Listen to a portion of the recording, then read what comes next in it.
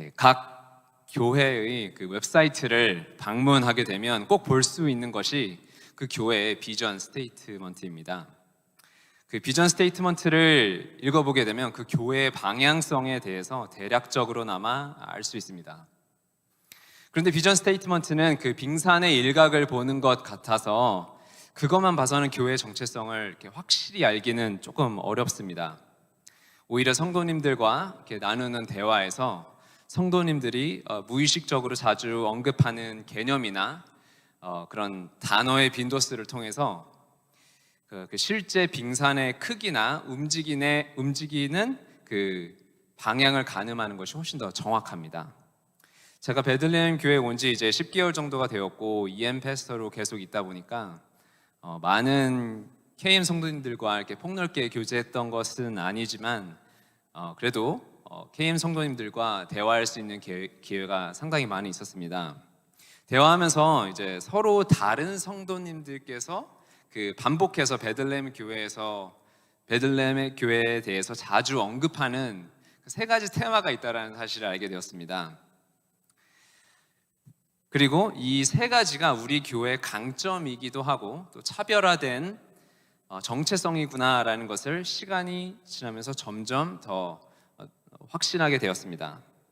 그래서 이 성도님들께서 KM 성도님들께서 가장 많이 언급하신 그 세 가지에 대해서 말씀을 드리고자 합니다. 첫 번째는 담임 목사님의 설교가 좋다는 이야기를 정말 많이 들었습니다. 두 번째는 우리 교회는 큐티를 열심히 하는 교회다라는 이야기도 정말 많이 들었습니다.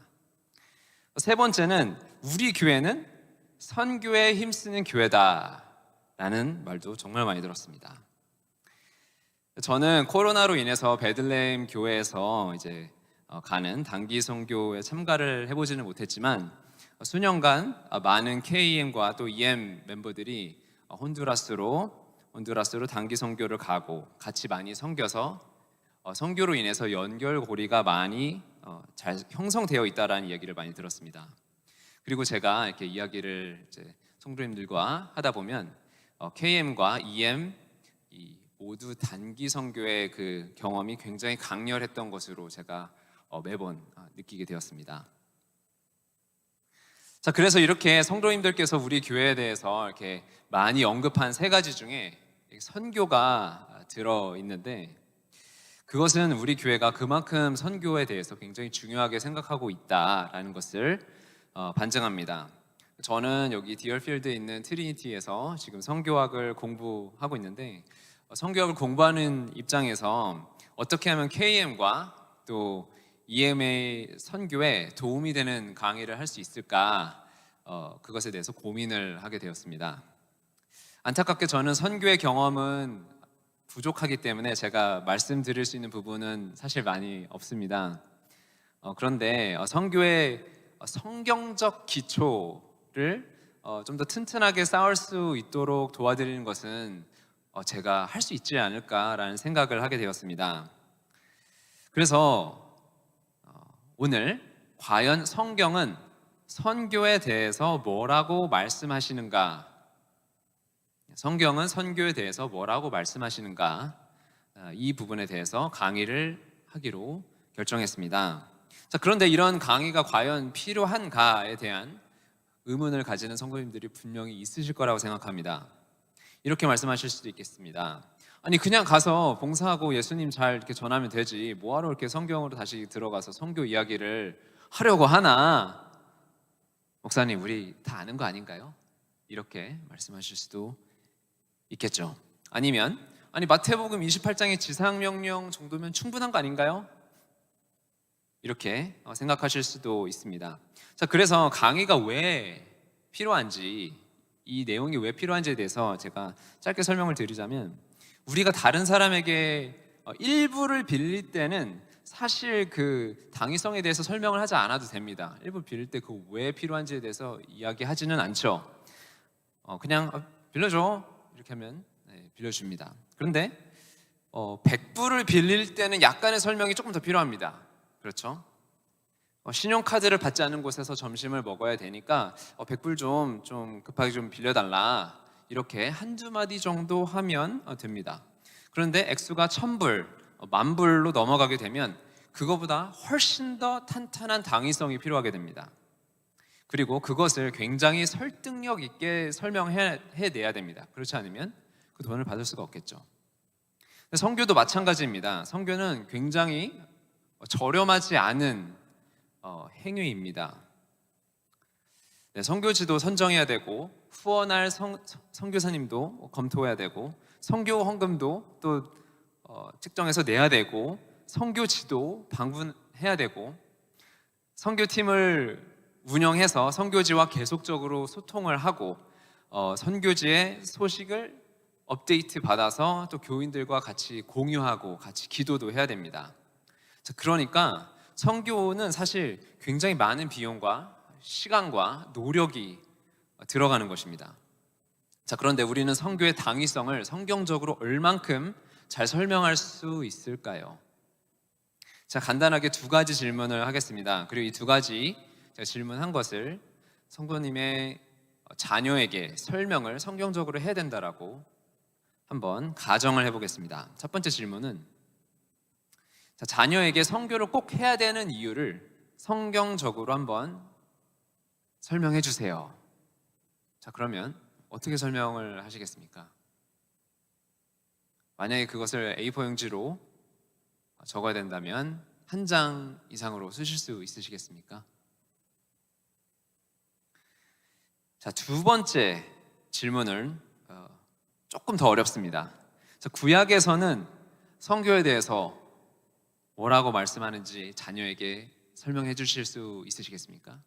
제가 10초 정도 드릴 테니까 자녀에게 구약에서는 선교가 이렇다라고 어떻게 설명하실지 한번 생각해 보시는 시간 가졌으면 좋겠습니다.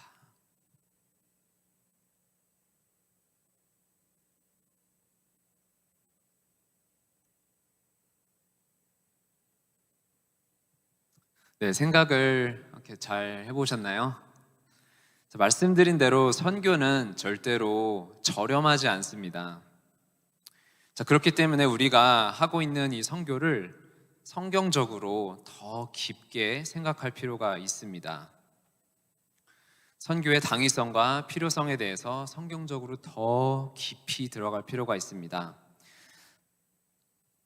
성경적으로 선교에 대한 피상적인 이해만 있다면 마태복음 28장에 나오는 지상 명령에만 매달리게 됩니다.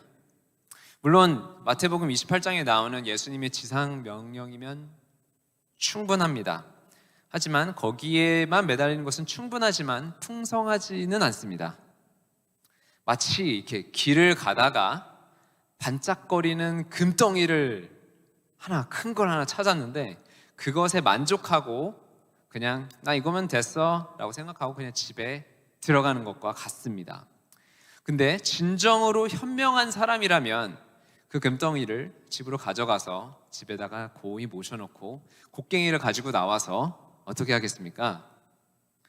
금덩이 주변을 조심스럽게 더듬거리면서 그 금맥을 찾아 나서겠죠.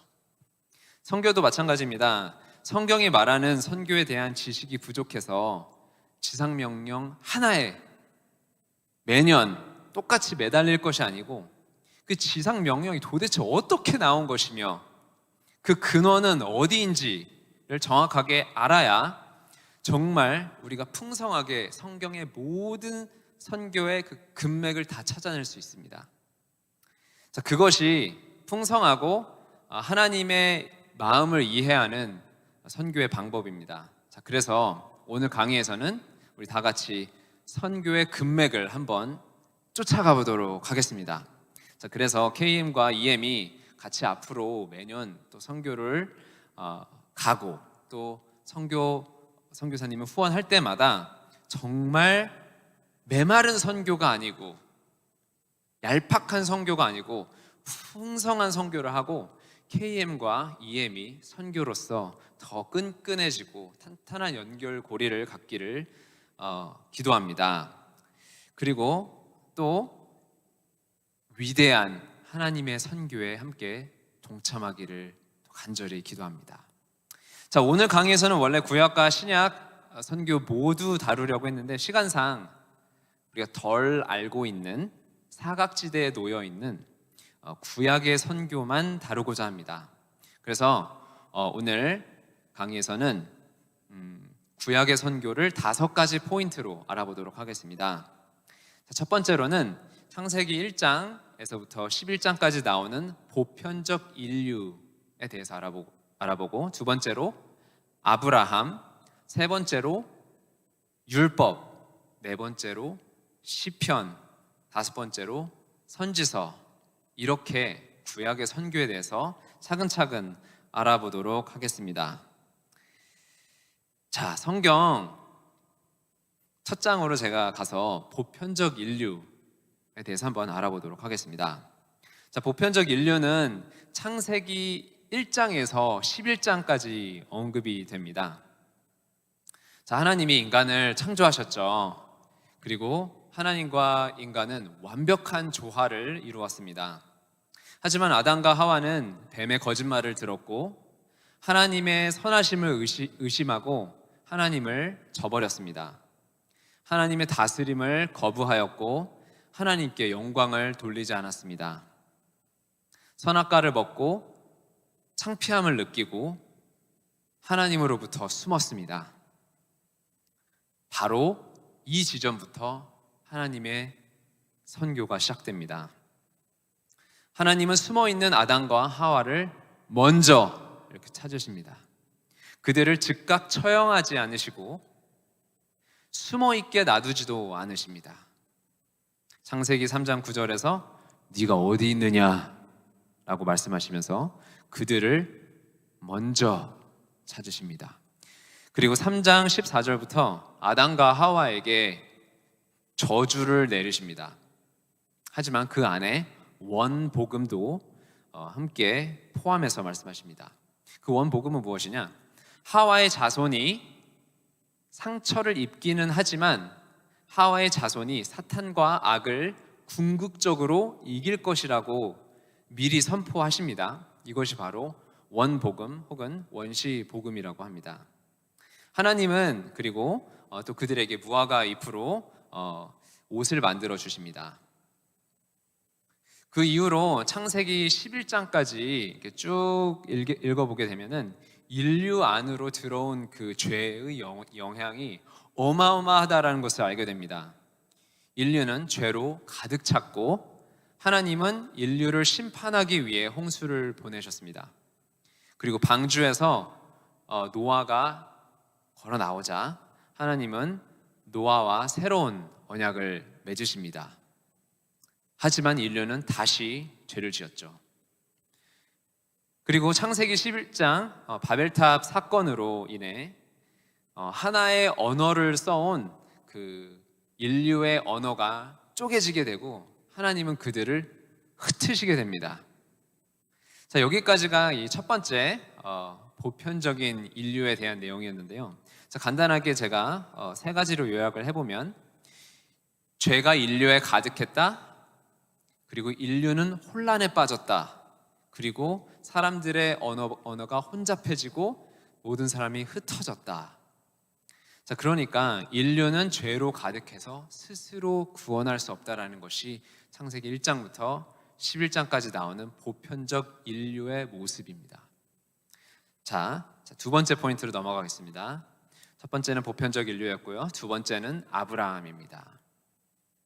자, 조금 전에 봤듯이 창세기 1장에서 11장까지는 인류의 죄가 너무 심각해져서 인류가 도저히 스스로 구원할 수 없다는 것을 알게 되었죠. 그래서 창세기 12장부터 하나님이 직접 또 개입하십니다.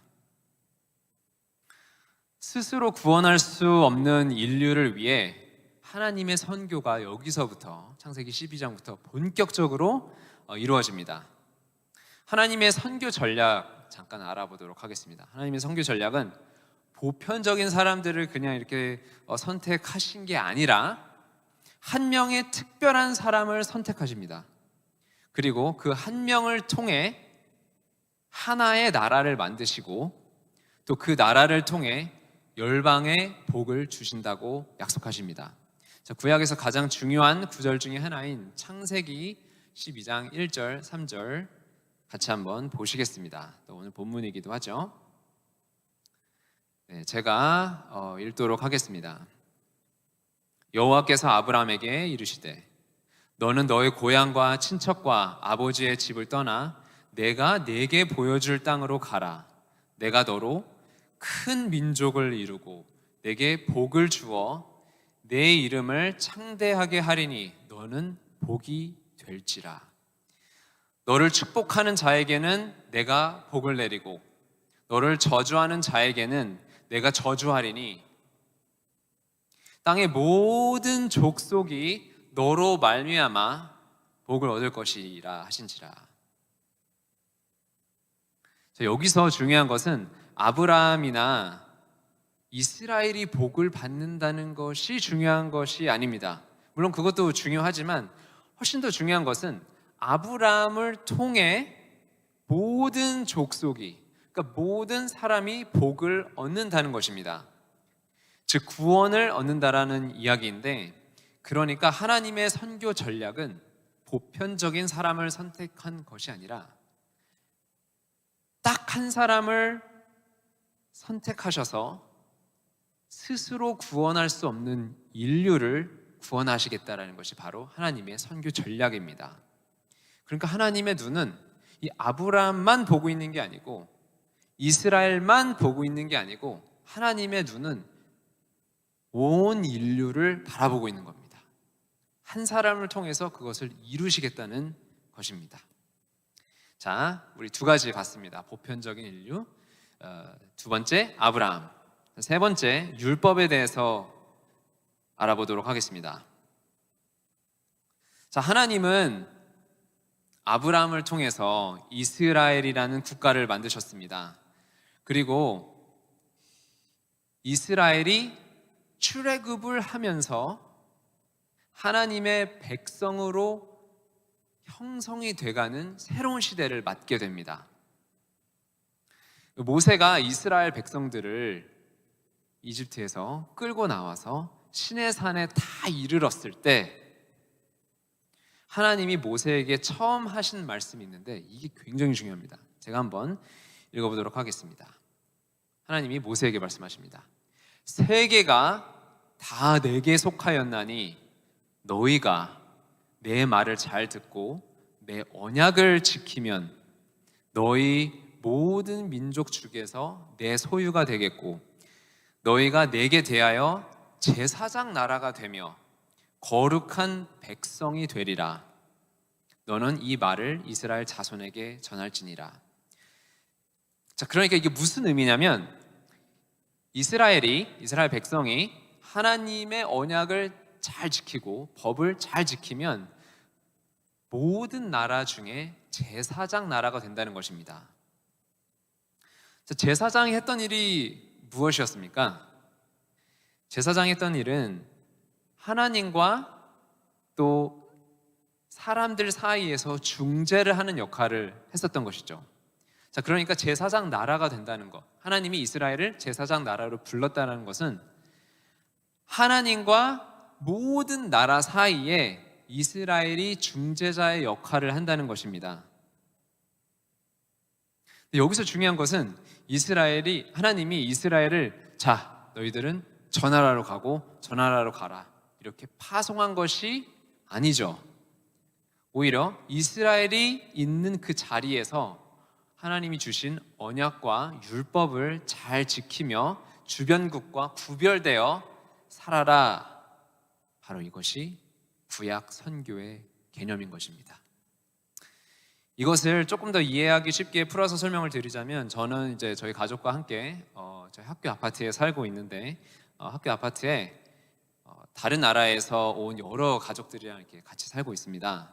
그래서 아내가 이건 이제 가정입니다. 예시인데 아내와 제가 우리 아이들에게 아주 독특한 자녀 교육을 하고 다른 가정과는 다른 그 가정법을 지키게 해서 다른 가족이나 다른 아이들과 구별이 되게 한다라고 한번 생각해 보면 좋을 것 같습니다.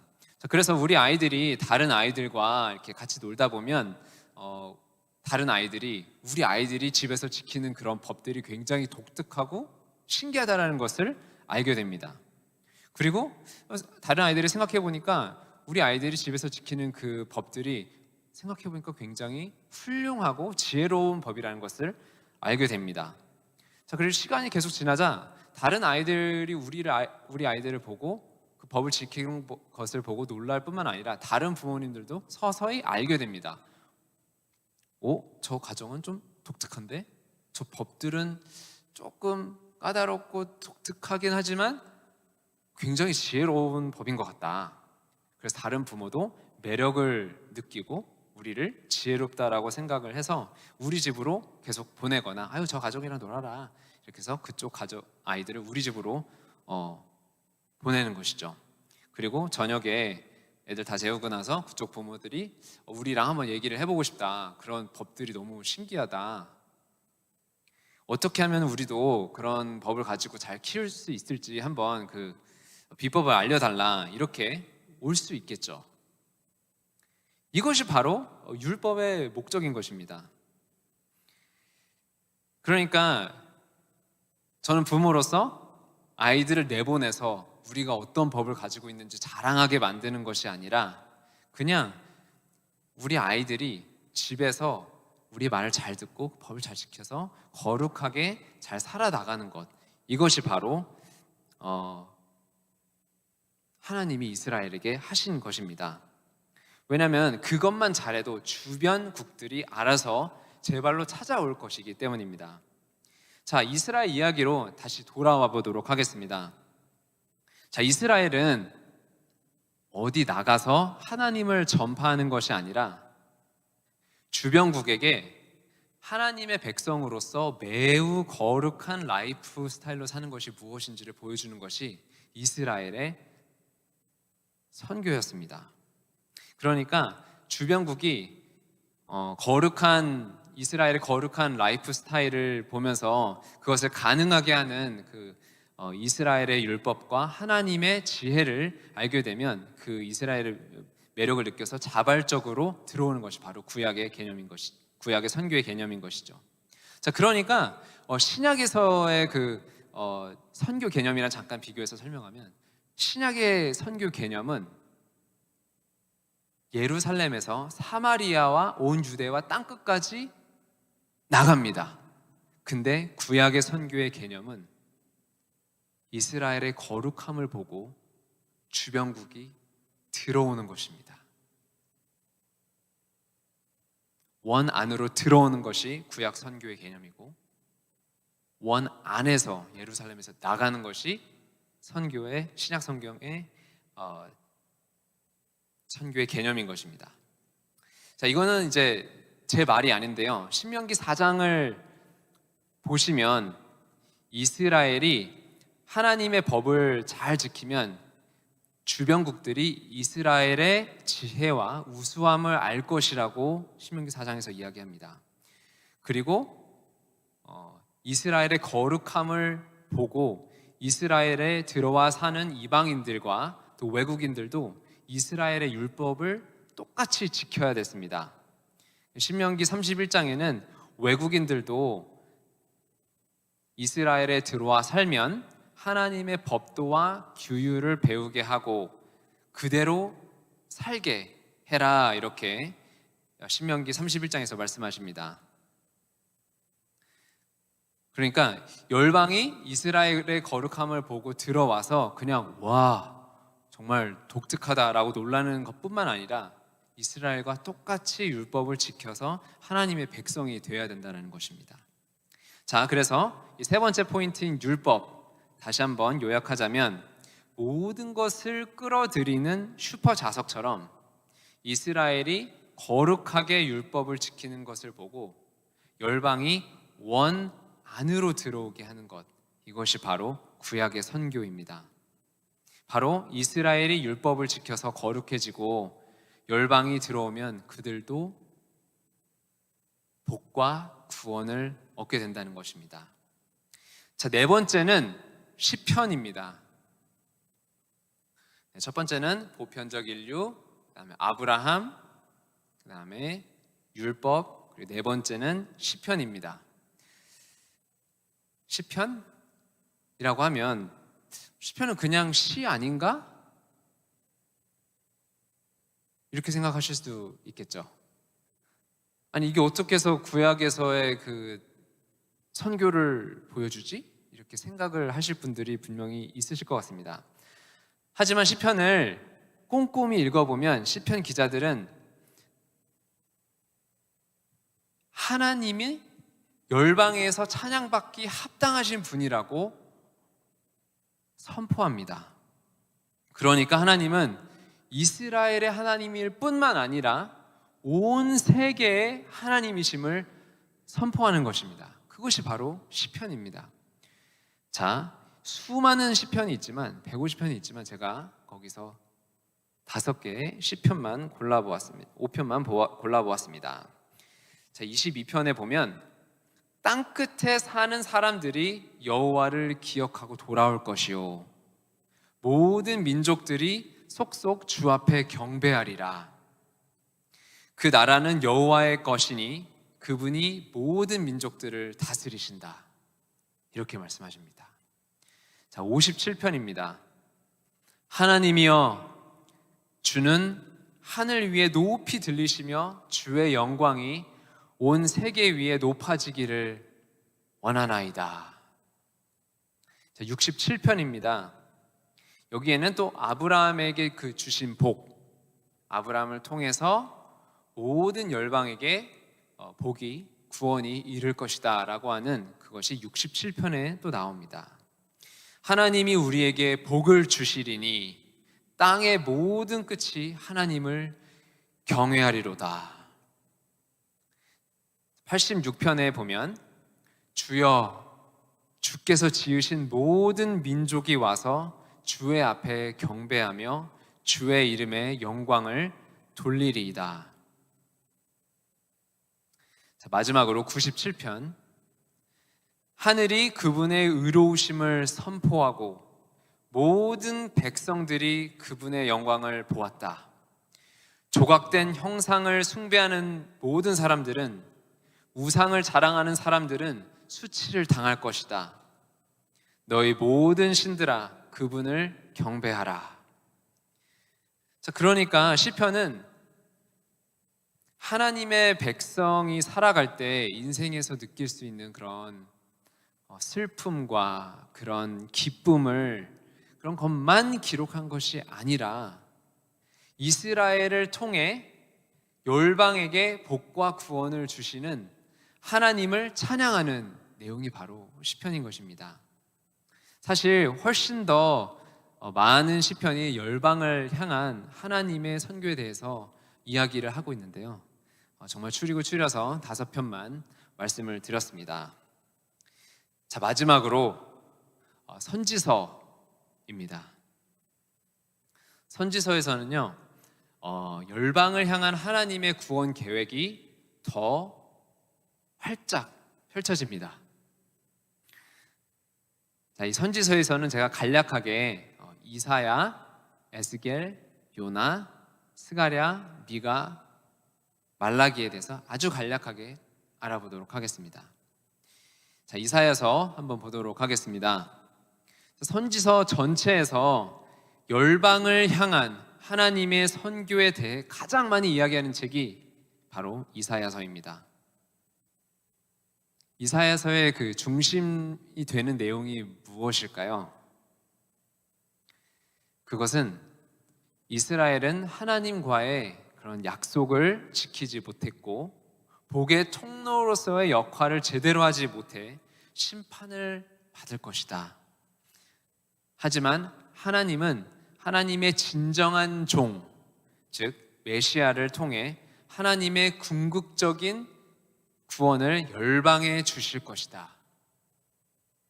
그리고 메시아의 통치는 모든 나라에서 이루어질 것이며 모든 열방은 하나님을 인정하고 시온으로 돌아올 것이다. 바로 이것이 이사야서의 중심되는 내용입니다. 그러니까 실패한 이스라엘의 역할을 메시아가 대신 담당해서 열방이 복을 받고 구원을 얻게 된다는 것이 바로 이사야의 내용인 것입니다. 자, 에스겔의 내용을 한번 보도록 하겠습니다.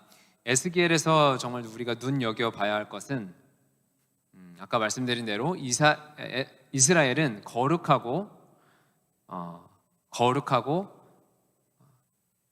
제사장의 나라가 되어야 했습니다. 하지만 하나님께 불순종하여서 나라가 망하게 됩니다. 그리고 에스겔에 따르면 포로로 잡혀가서도 거기서도 하나님의 이름을 망령되이 일컬었다라고 합니다. 그러니까 주변국에 하나님의 이름을 거룩하게 알려야 되는 이 백성이 오히려 하나님의 이름을 망령되게 일컬었던 것이죠. 그런데 하나님은 이스라엘이 그렇게 망령되게 일컬은 이름을 다시 거룩하게 하시겠다라고 말씀하십니다. 그런데 그렇게 하시는 방법이 상당히 놀랍습니다. 뭐라고 말씀하시냐면 36장에 하나님이 그들에게 새 영을 너희 속에 두고 새 마음을 너희에게 주되 너희 육신에서 굳은 마음을 제거하고 부드러운 마음을 줄 것이다 라고 말씀하십니다. 자, 그렇게 해서 이렇게 새로운 마음을 하나님께서 주셔서 새로운 마음을 가지고 다시 거룩하게 살 수 있도록 하시겠다고 하십니다. 그리고 이 에스겔에서 나오는 이 예언은 예수 그리스도와 성령을 통해서 우리에게 주신 새 언약을 또 의미합니다. 자, 요나 알아보도록 하겠습니다. 다른 선지자들과 달리 유일하게 요나만 지리적으로 다른 곳으로 가서 말씀을 전했습니다. 그 요나에서도 열방을 향한 하나님의 선교를 또 볼 수 있는데요. 자, 요나가 니느웨에 가서 심판의 메시지를 전하죠. 그러자 니느웨가 회개하고 하나님의 영광을 구합니다. 그리고 회개하는 것을 보자 하나님께서는 진노를 누그러뜨리시고 가장 악독한 나라에도 하나님의 긍휼을 베풀어 주십니다. 그러니까 우리는 하나님의 이 진정한 사랑이 주변국들에도 주어지는 것을 볼 수 있습니다.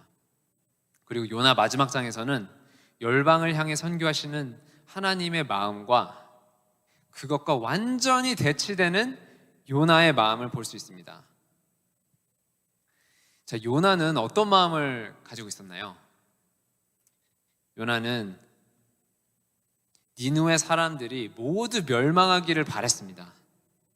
하지만 하나님은 니느웨 사람들 모두와 심지어 가축에게까지 긍휼의 모습을 보이시려고 했습니다. 여기서 요나는 이스라엘의 모습을 극명하게 보여줍니다. 요나는 이스라엘의 모습을 극명하게 대표하여 보여줍니다. 어떻게 보여주냐? 하나님과 열방에서 중재자가 되어야 되는 이 이스라엘은 복을 전해주는 역할을 해야 되는데 그 복을 소비하는 역할을 합니다. 그리고 심지어 그 복 자체를 걷어차는 모습을 보여줍니다. 구약 내내. 복 자체를 소비하고 남에게 주지 않고 그 복 자체를 걷어차는 모습과 완전 정반대로 하나님은 열방을 향한 마음으로 그 긍휼로 가득 찼습니다. 굉장히 대조가 되죠. 또 스가랴의 말씀 한번 또 보도록 하겠습니다. 스가랴에서 굉장히 유명한 구절이 있죠. 메시아가 나귀를 타시고 평강의 왕으로 와서 이방 사람에게 화평을 전할 것이다 라고 합니다. 그리고 그의 통치는, 메시아의 통치는 바다에서 바다까지 이르고 유브라데 강에서 땅끝까지 이르리라고 스가랴에서 말씀을 합니다. 그러니까 하나님은 벌써 열방이 그 마음속에 있는 것입니다. 자, 미가서 보도록 하겠습니다. 미가에서도 이방 사람들은 하나님께 돌아올 것이라고 이야기합니다. 미가서 4장 2절을 보면 굉장히 잘 알려져 있는 말씀이기도 하죠. 많은 민족들이 오면서 말하기를, 오라, 우리가 여호와의 산으로 올라가며 야곱의 하나님의 집으로 올라가자. 그분이 그분의 길을 우리에게 가르치시리니 우리가 그분의 길에서 행할 것이다 라고 말씀하십니다. 미가에서도 많은 민족들이 여호와를 알기 위해서 오며 여호와가 그의 길을 모든 민족에게 가르칠 것이라고 이야기합니다. 자, 마지막으로 말라기, 구약 성경의 마지막 책이죠. 말라기에서도 제가 간략하게 또 한 절 읽도록 하겠습니다. 11절인데요. 1장 11절인데요. 해 뜨는 데서부터 해 지는 데까지 내 이름이 이방 민족들 가운데서 높임을 받을 것이다. 곳곳마다 내 이름을 위해 분향하며 정결한 제물이 바쳐질 것이다. 이는 내 이름이 이방 민족들 가운데서 높임을 받게 될 것이기 때문이다. 만군의 여호와께서 말씀하셨다.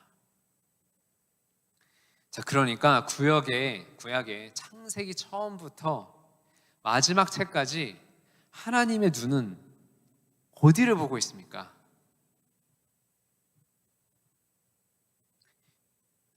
아브라함과 이스라엘을 통해 열방 모두가 복을 받는 바로 그곳을 하나님은 보고 있습니다. 이것이 바로 구약에서 보여지는 엄청난 하나님의 선교인 것입니다. 자, 그래서 오늘 보편적 인류, 아브라함, 율법, 시편, 선지서 이렇게 5개를 보았는데 이것을 제가 간단하게 요약해서 한 문단으로 설명을 다시 드리겠습니다. 자, 인간이 죄를 지어서 인류 전체에 죄가 가득하게 되었죠. 스스로 구원할 수가 없게 되었습니다. 그리고 하나님은 인간을 구원하기 위해 한 사람을 선택했죠. 그리고 아브라함을 통해 이스라엘이 나오고 이스라엘을 통해 모든 나라가 복을 받고 구원을 얻을 것이라고 약속하셨습니다. 그리고 이스라엘 백성을 하나님의 백성으로 기르시기 위해 그들에게 율법을 주셨습니다. 그리고 거룩한 제사장으로 삼으셨습니다. 그리고 열방이 이스라엘의 거룩함 그리고 또 지혜로움을 보고 하나님께 오기를 바랬습니다. 나아만과 또 시바 여왕이 이렇게 솔로몬에게 오고 또 엘리야에게 온 것처럼 하나님은 이스라엘 백성을 통해서 열방이 오기를 원하셨습니다. 하지만 이스라엘은 율법을 지키지 않았고 반복해서 언약과 율법을 저버립니다. 하지만 열방을 구하시려는 하나님의 선교 의지를 전혀 꺾지 못합니다. 시편에서도 하나님의 그 열방을 향한 그 선교의 의지를 계속 알 수 있습니다. 같이 시편 5편 보았죠. 그리고 선지서에서도 아무리 이스라엘이 실패했어도 궁극적으로 메시아를 통해 열방을 구원하시겠다고 예언하십니다. 그러니까 열방을 보고 계시는 하나님, 열방을 구원하고자 하나님의 이 엄청난 거대한 스케일의 이 선교는 아담과 아브라함부터 말라기까지 조금도 변하지 않았던 것입니다. 하나님은 어마어마하게 큰 위대한 선교를 하고 계셨던 것입니다. 자, 이것이 바로 오늘 구약에서 볼 수 있는 5가지의 요약인 것입니다. 그리고 신약에 오면 하나님의 선교가 궁극적으로 완성이 되는 것을 우리가 볼 수 있습니다. 선지자들을 통해 예언하신 것처럼 하나님 본인이 메시아로 오셔서 인간의 모습으로 오셔서 우리와 함께 사시고 십자가에서 인류의 모든 죄를, 죄 없는 양처럼 모든 죄를 담당하시고 돌아가셨습니다. 그리고 부활하셔서 승천하시고 다시 오시겠다고 우리에게 약속하셨습니다. 그리고 우리에게 지상 명령을 주셨습니다. 사실 이 지상 명령 자체만으로도 사실 엄청난 명령이고 우리는 이 명령에 복종해야 하죠. 하지만 우리가 구약에서부터 이미 시작한 열방을 향한 하나님의 선교를 우리가 깊이 이해하고 깨닫고 묵상할 때 메시아로 오신 예수 그리스도를 더 깊이 감격할 수 있고 예수님의 지상 명령을 의무로서 명령이니까 하는 것이 아니라 더 기쁨으로 감격적으로 할 수 있게 됩니다. 그리고 우리도 선교를 할 때 그냥 뭐 매년 하던 것이니까 이렇게 하는 것이 아니라 혹은 선교를 하면 뭔가 예수님께 빚진 것을 갚을 수 있지 않을까라는 생각에서 하는 것이 아니라 혹은 선교를 갔다 오면 식어진 열정이 조금 더 이렇게 생기지 않을까 이런 생각으로 갔다 오는 것이 아니라 태초부터 하나님께서 시작하신 하나님의 위대한 선교에 우리가 감격적으로 동참하는 것입니다. 겸손하게 동참하는 것이 바로 선교입니다. 그리고 우리는 이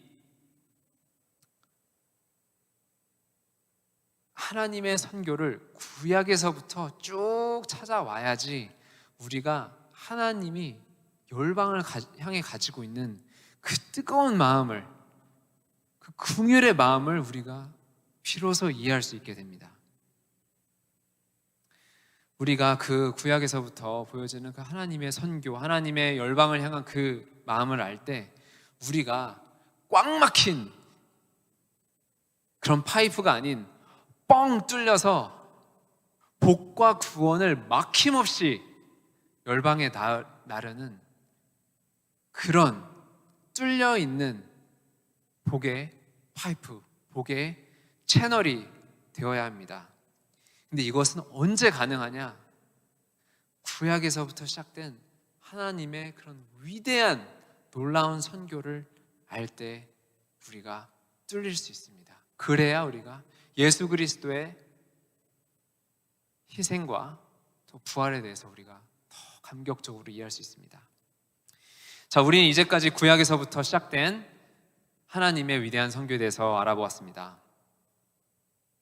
그 위대한 선교에 대해서 우리가 알아봤을 때 사실 정말 놀라운 것은 우리 KM과 EM이 다른 것보다 선교로 연결이 되어 왔다라는 것을 들었을 때 저는 그것이 사실 굉장히 놀랍다라고 생각합니다. 다른 것을 연결되어 있는 것이 아니라 선교로 연결되어 있고 앞으로도 그렇게 될 것이라는 것을 들었을 때 사실 얼마나 그것이 놀라운 일인지 가늠하기가 어렵습니다.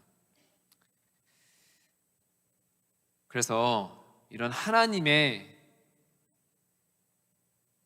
선교에 동참한다라는 이 정말 감격적인 이 마음으로 우리 KM과 EM이 선교비를 책정하고 또 선교사를 후원하고 또 단기 선교를 같이 가는 것을 또 간절히 희망하고 기도합니다.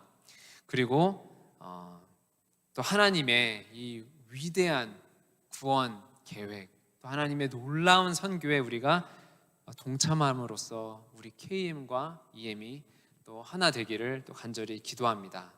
자, 같이 기도하도록 하겠습니다.